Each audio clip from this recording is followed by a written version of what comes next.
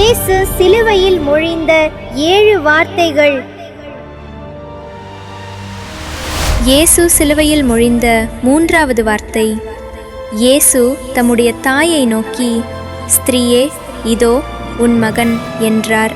பின்பு தம்முடைய சீஷனை நோக்கி, இதோ உன் தாய் என்றார். யோவான் 19:26 முதல் 27 வரை. ஆண்டவரும் இரட்சகரும் மீட்பருமாயிருக்கிற இயேசு கிறிஸ்துவின் என்ப நாமத்தில் உங்கள் அனைவரையும் வாழ்த்துகிறேன்.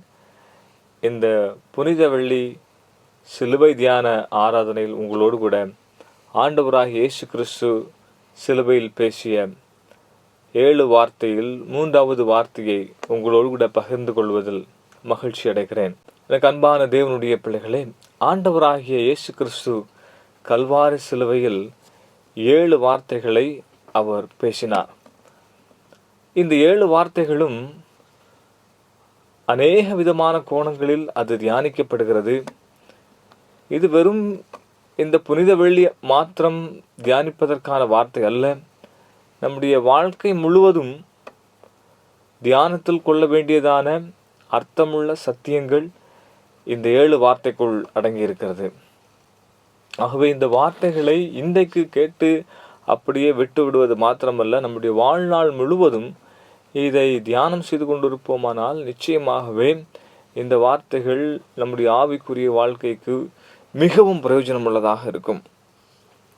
இயேசு கிறிஸ்து கல்வாரி சிலுவையில் தொங்கிக் கொண்டிருக்கும் பொழுது இந்த காட்சியை, இந்த குறிப்பிட்ட காட்சியை நீங்கள் பார்ப்பீர்களானால் இது மிகவும் வேதனைக்குரிய ஒரு காட்சி. ஒருபுறம் இயேசு சிலுவையில் தொங்கிக் கொண்டிருக்கிறார், இன்னொரு புறம் தன்னுடைய மகன் வேதனைப்படுகிறதை, இரத்தம் சிந்துகிறதை, மரணத்தை நெருங்கிக் கொண்டிருக்கிறதை இயேசுவின் தாய் பார்த்து கொண்டிருக்கிறார். உலகீகமாக இந்த காட்சியை நீங்கள் பார்ப்பீர்களானால் இது மிகுந்த வேதனைக்குரிய ஒரு செயல். ஒரு தாய் தன்னுடைய மகன் கஷ்டப்படுவதை, வேதனைப்படுவதை அவளால் சகித்து கொள்ளவே முடியாது. அப்படிப்பட்ட சகித்து கொள்ள முடியாத ஒரு காட்சி தான் இப்பொழுது இங்கு நடைபெற்று கொண்டிருக்கிறது.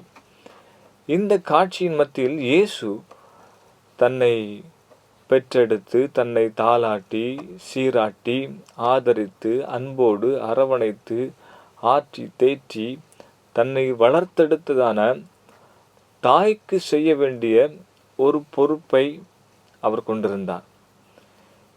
இயேசு கிறிஸ்து அவர் தேவகுமாரனாக இருந்தாலும் அவர் மரியாளுக்கு அவர் குமாரனாக இருந்தார். ஆகவே இயேசு அவர் ஒரு மூத்த மகனாக இந்த தாய்க்கு செய்ய வேண்டிய சில பொறுப்புகள் இருந்தது.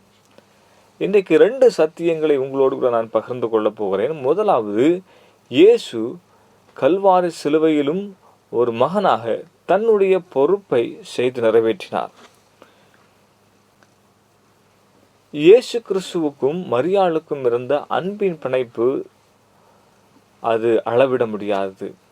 ஏனென்றால் மரியாள் இயேசுவை தன்னுடைய வயிற்றிலே 10 மாதம் சுமந்து பெற்றெடுத்து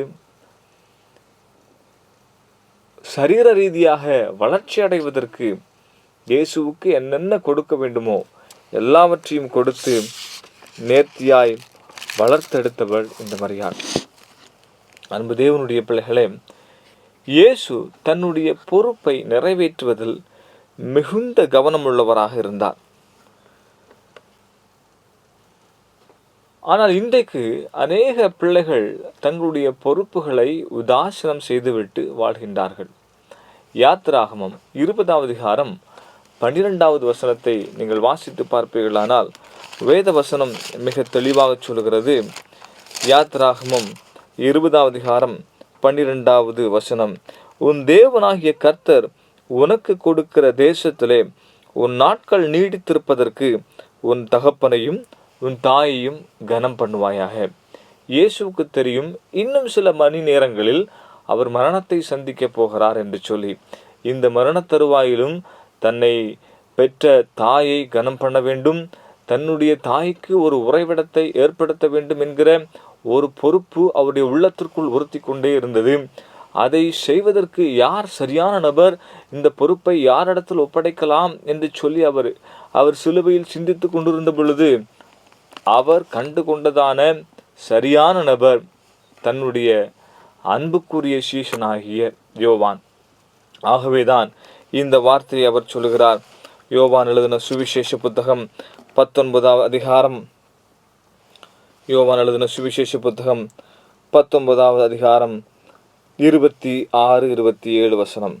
அப்பொழுது இயேசு தம்முடைய தாயையும் அருகே நின்ற தமக்கு அன்பாயிருந்த சீஷனையும் கண்டு தம்முடைய தாயை நோக்கி, ஸ்திரீயே அதோ உன் மகன் என்றார்.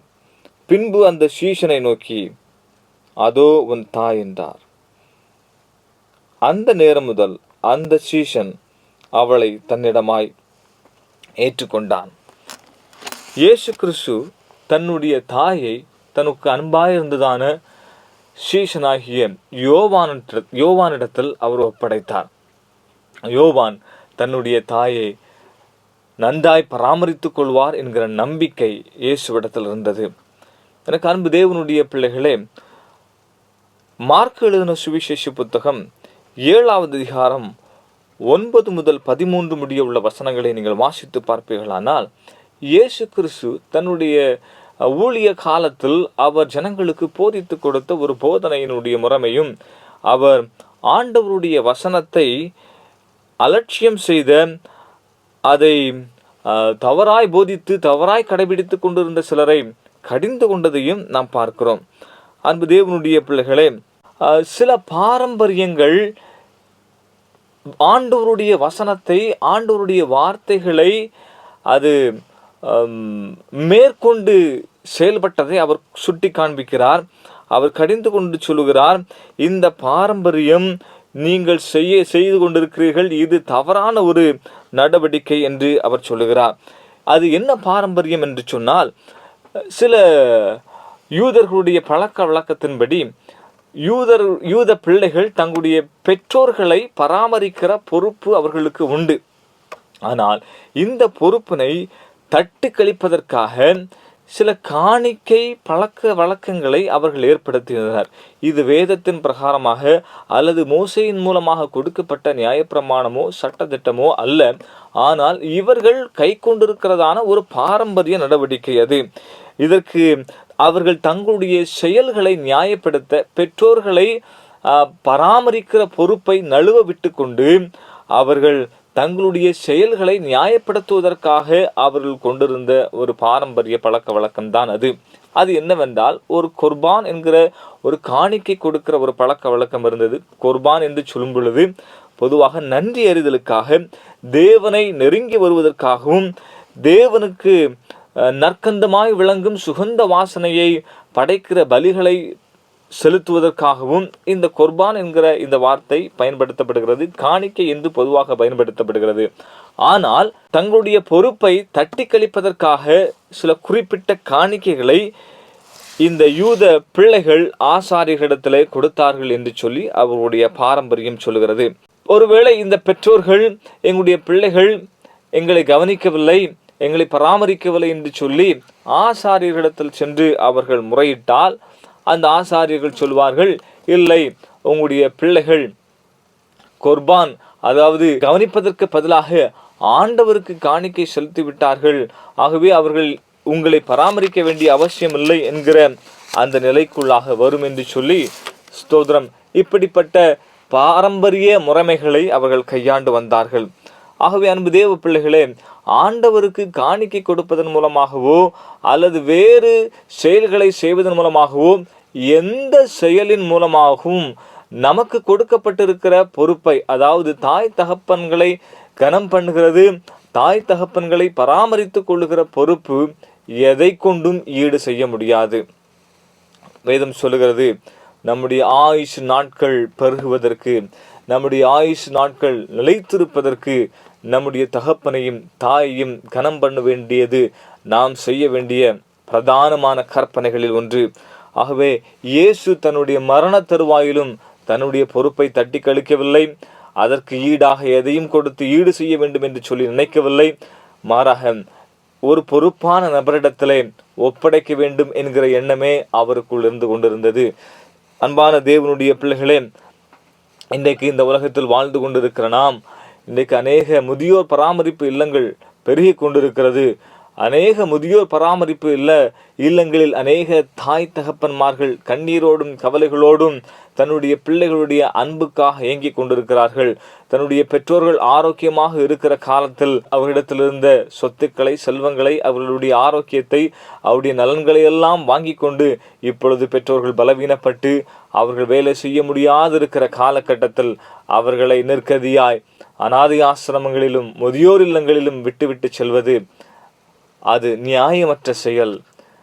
நான் எதையாவது கொடுத்து சரி செய்து விடுகிறேன், என்னுடைய பெற்றோர்களை பராமரிப்பதற்கு பதிலாக ஆண்டவருக்கு காணிக்கை கொடுத்து விடுகிறேன், என்னுடைய பெற்றோர்களை பராமரிப்பதற்கு பதிலாக வேறு சில தர்ம காரியங்களை செய்கிறேன் என்று சொல்லி எதை செய்தாலும் இந்த பெற்றோர்களை பராமரிக்கிற அந்த பொறுப்பு அதற்கு ஈடாகாது. அதை எது கொண்டும் ஈடு செய்ய முடியாது.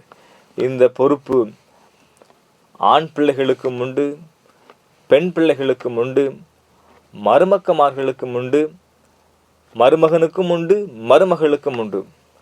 ஆகவே எனக்கு அன்பான தேவனுடைய பிள்ளைகளே, என்னை கேட்டுக்கொண்டிருக்கிற அன்பு விசுவாச திருச்சபை ஜனங்களே, உங்களுடைய பெற்றோர்களை பராமரிக்கிற பொறுப்பு பிள்ளைகளுக்குடையது.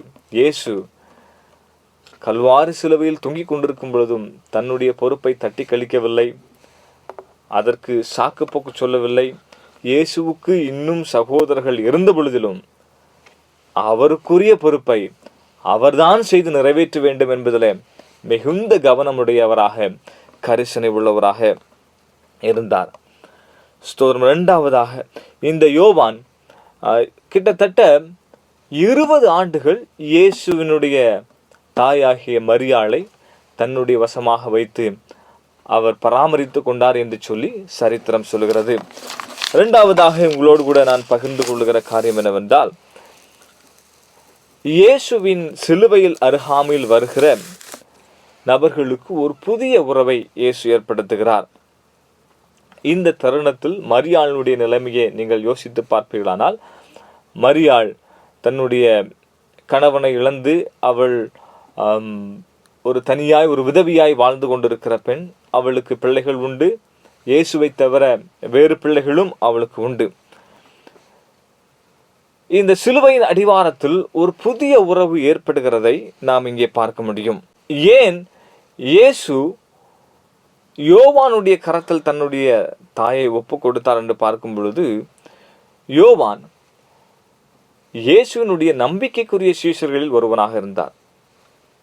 யாக்கோபு, பேதுரு, யோவான், இந்த 3 பேரும் இயேசுவினுடைய நெருங்கிய சீஷர் வட்டாரத்தில் அவர்கள் இருந்தார்கள்.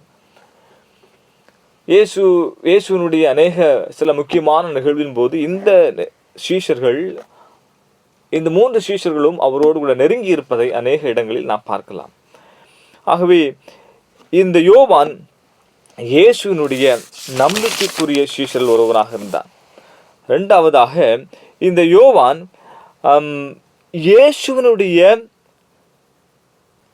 தெய்வீகத்தன்மையை முழுமையாய் அறிந்தவர். மரியாளுக்கும் தெரியும் இந்த இயேசு எப்படி பிறந்தார், அவருடைய பிறப்பு எப்படிப்பட்ட பிறப்பு என்று சொல்லி, எப்படி அவள் இயேசுவை தன்னுடைய கர்ப்பத்தில் அவள் பெற்றுக்கொண்டாள், எப்படி அவரை பெற்றெடுத்தாள் என்று சொல்லி இயேசுவினுடைய தெய்வீகத்தன்மையை முழுமையாய் அறிந்திருந்தாள். அதே போலதான் யோவானும் அவரோடு கூட நெருங்கி வாழ்ந்த காலத்தில் இவர் யார் என்பதை முழுமையாய் அறிந்து கொண்டிருந்தார். அதனால்தான் இந்த யோவான் எழுதின சுவிசேஷ புத்தகத்தினுடைய கண்ணோட்டத்தை பார்க்கும் பொழுது, யோவான் இயேசு அவர் தேவனுடைய குமாரன் என்கிற கண்ணோட்டத்தில் தான் இந்த யோவான் எழுதின சுவிசேஷ புத்தகத்தை எழுதியிருக்கிறார். ஆகவே மற்ற சீஷர்களை காட்டிலும் யோவான் இயேசு அவர் தெய்வீக குமாரன், அவர் தேவனுடைய தேவன், அவர் மெய்யாகவே தேவன் என்பதில் மிக மிக உறுதியாயிருந்த நபர். ஆகவே அன்பு தேவனுடைய பிள்ளைகளே, இந்த சிலுவையின் அடிவாரத்தில் இயேசுவை முழுமையாய் அறிந்து கொண்டவர்கள், இயேசுவினுடைய தெய்வீகத்தன்மையை அறிந்து கொண்டவர்கள் நெருங்கி வந்திருந்தார்கள். அங்கே ஒரு உறவு ஏற்பட்டது. மூன்றாவது, இந்த யோவான் பல தடைகளையும் தாண்டி, பல சவால்களையும் தாண்டி இந்த சிலுவையின் அருகாமையில் வந்து நின்றான். அன்பு தேவனுடைய பிள்ளைகளே, ஸ்தோத்திரம். இந்த இயேசுவினுடைய சீஷர்களில் வேறு யாருமே அவரை சுற்றி இல்லை. இந்த யோவான் மாத்திரம் நிற்கிறான். மற்ற சீஷர்கள் எல்லாம் சிதறிவிட்டார்கள். எங்கு சென்றார்கள் என்று தெரியவில்லை. பேதுரு இயேசுவை மறுதலித்து விட்டான். மற்ற சீஷர்கள் அங்குமிங்குமாக சிதறி இயேசுவை கைது செய்து சென்று விட்டார்கள். மற்ற சீஷர்களுடைய நிலைமை என்ன, எங்கு சென்றார்கள் என்று கூட வேதம் சொல்லவில்லை.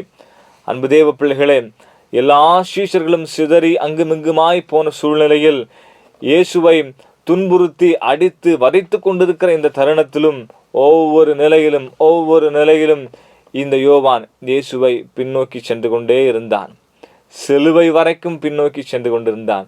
அந்த சிலுவையின் அடிவாரத்திலும் இயேசுவிடத்திலிருந்து இன்னும் ஏதாவது கிடைக்காதா என்று சொல்லி நெருங்கி சிலுவையின் அடிவாரத்திலிருந்து இயேசுனுடைய முகத்தை பார்த்து கொண்டிருந்தவன் இந்த யோவான்.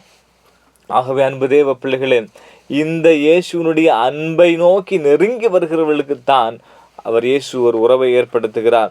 இயேசுவினுடைய சிலுவையின் அருகாமையில் சும்மா வருவது அல்ல, இயேசுவினுடைய அருகாமையில் நம்பிக்கைக்குரியவர்களாக, அவருடைய நம்பிக்கைக்கு ஏற்றவர்களாக, இயேசுவினுடைய தெய்வீக தன்மையை முழுமையாய் உணர்ந்தவர்களாக, இயேசுவினுடைய மாண்பை அறிந்து எந்த சூழ்நிலையிலும் எப்படிப்பட்ட நெருக்கம் நம்மை நெருங்கி வந்தாலும் அவருடைய சிலுவையின் அருகாமையில் வரும் பொழுது ஒரு புதிய தெய்வீக குடும்பத்திற்குள் நாம் இணைக்கப்படுகிறோம். அது உலகீக குடும்பம் அல்ல, அது தெய்வீக குடும்பம். ஆகவே இந்த குடும்பம், இந்த தெய்வீக குடும்ப இணைப்புக்குள் நாம் நெருங்கி வர வேண்டுமானால் இயேசுவினுடைய சிலுவையின் அருகாமையில் வர வேண்டும். அப்படிப்பட்ட உறவுதான் இங்கே ஏற்படுகிறது. மரியாளுக்கும் யோவானுக்கும் இடையிலே ஒரு தெய்வீக குடும்ப உறவு அங்கு ஏற்படுகிறது. ஒரு தெய்வீக உறவு ஏற்படுகிறது. இந்த உறவு நமக்கு வேண்டுமானால் நாமும் இயேசு எப்படிப்பட்டவர், அவருடைய தெய்வீக குணாதிசயம் எப்படிப்பட்டது என்று சொல்லி முழுமையாய் அறிந்து கொள்ள வேண்டும். எந்த உபத்திரவம் வந்தாலும், எந்த சோதனைகள் வந்தாலும், எந்த நெருக்கங்கள் நம்மை நெருங்கி வந்தாலும், நம்மையும் மரணம் நெருக்கி வந்தாலும், உபத்திரவம் நெருக்கி வந்தாலும், இயேசுவை நான் விடமாட்டேன், இயேசுக்குரிய நம்பிக்கைக்குரிய நபராக நிற்கும் பொழுது நாமும் அந்த உறவிலே இணைக்கப்படுவோம். அன்பு தேவ பிள்ளைகளே, கல்வாரி சிலுவையில் இயேசு தன்னுடைய தாயையும் தனக்கு அன்பாயிருந்த சீஷனையும் பார்த்து சொன்ன இந்த வார்த்தையின் மூலமாய் நான் இன்றைக்கு உங்களோடு கூட பகிர்ந்து கொள்ளுகிற 2 பிரதானமான சத்தியம். ஒன்று, உங்களுடைய பெற்றோர்களை பராமரித்து கொள்ளுகிற பொறுப்பை எந்த சூழ்நிலையிலும் விட்டு விடாதிருங்கள். சிலுவையின் மரண பரியந்தம் இயேசு விட்டு விடவில்லை. நாமும் நமக்கு கொடுக்கப்பட்டிருக்கிற, தேவன் நமக்கு கொடுத்திருக்கிற பெற்றோர்களை பராமரிக்கிற பொறுப்பை சரியாய் நிறைவேற்றுவோம். அது மாத்திரமல்ல, இயேசுவினுடைய சிலுவையின் அருகாமை வரை நெருங்கி வந்து அவருடைய தெய்வீக குடும்ப இணைப்பில் இணைக்கப்பட்டு அந்த தேவன் தருகிற ஆசீர்வாதங்களை பெற்றுக்கொள்வோம். தேவன் தாமே இந்த வார்த்தைகளின் மூலமாக உங்கள் அனைவரையும் ஆசீர்வதிப்பாராக. கண்களை மூடி ஜெபம் செய்வோம். அன்பும் கிருபையும் இரக்கமும் நிறைந்த எங்கள் பரலோக பிதாவே, இந்த மனமகிழ்ச்சியான இந்த நாளுக்காக உமக்கு நன்றி செலுத்துகிறோம். இந்த புனித வெள்ளி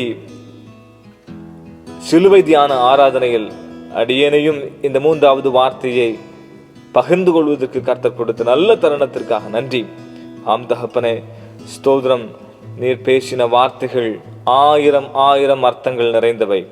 ஆனாலும் ஸ்தோத்திரம், எங்களுடைய அறிவுக்கு ஏற்றாற்போல் சிலவைகளை சிந்தித்திருக்கிறோம். சிந்தித்தவைகளை விட்டு விடாதபடி அவைகளை எங்களுடைய வாழ்க்கையில் அபியாசப்படுத்திக் கொள்ள, அதனை தொடர்ந்து கையாளுவதற்கு என் ஆண்டவர் எங்களுக்கு உதவி செய்யும்படியாய் செபிக்கிறோம் தகப்பனே. எங்களுடைய பெற்றோர்களை பராமரிக்கிற பொறுப்பு எங்களுக்கு உண்டு தகப்பனே. அந்த பொறுப்பை ஆண்டவரை தட்டி கழிக்காத பிள்ளைகளாக ஸ்தோத்திரம் சரியாய் நாங்கள் அதை செய்து நிறைவேற்ற உதவி செய்யுங்க. எந்த சூழ்நிலையிலும் அப்பா, எப்படிப்பட்ட உபத்திரவம் வந்தாலும் சிலுவை அருகாமையில் நெருங்கி வந்து உம்முடைய தெய்வீக குடும்பத்திற்குள் இணைக்கப்பட்டு அந்த குடும்பத்திற்குரிய ஆசீர்வாதங்களையும் நன்மைகளையும் பெற்றுக்கொள்ள என் ஆண்டவர் எங்களுக்கு உதவி செய்யுங்க. கேட்டுக்கொண்டிருக்கிற யாவரையும் கர்த்தர் ஆசீர்வதிங்க. சிலுவையில் இருந்து கிடைக்கிற ஆசீர்வாதங்கள் எங்களுடைய அன்பு ஜனங்கள் யாவரையும் வந்து சென்றடையட்டும். உம்முடைய சமூகத்தில் நான் முழுமையாய் என்னை தாழ்த்தி ஒப்பு கொடுக்கிறேன். எல்லா ஜனங்களையும் கர்த்தர் ஆசீர்வதியும். ஸ்தோத்திரம். உம்முடைய நாமம் மாத்திரம் மகிமைப்படட்டும். இயேசு கிறிஸ்துவின் நாமத்தில் கேட்கிறேன் நல்ல பிதாவே, ஆமென்.